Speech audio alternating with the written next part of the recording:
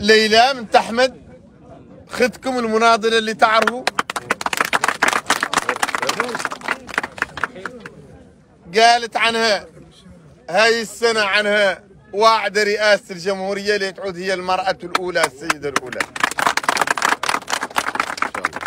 وثار علينا اليمين المتطرف يمين الابارتايد مستفيد من العنصرية في الدولة ومن التمييز في الدولة، وقالوا عن هذا منكر، عن باسم حالة هي هذه تقول عنها لتجي رئاسة موريتانيا.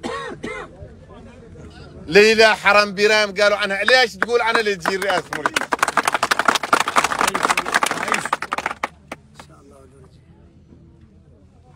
وهذا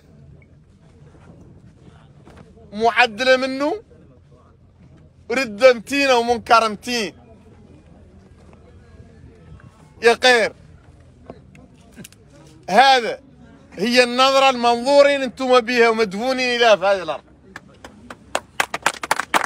النظرة اللي انتظرت بها ليلى.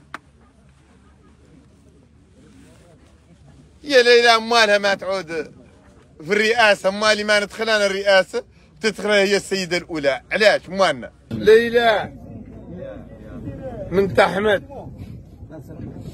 ولا حميدة اللي 29 في الشهر السادس الجاي ليه تعتب معايانا قصر الرئاسي داخلته كسيدة أولى. يا الموريتان مالكم هم الموريتان ذوك اللي على فيسبوك واتساب تيك توك انستغرام ياك ما هو خاسر، ما نظن هو الصح.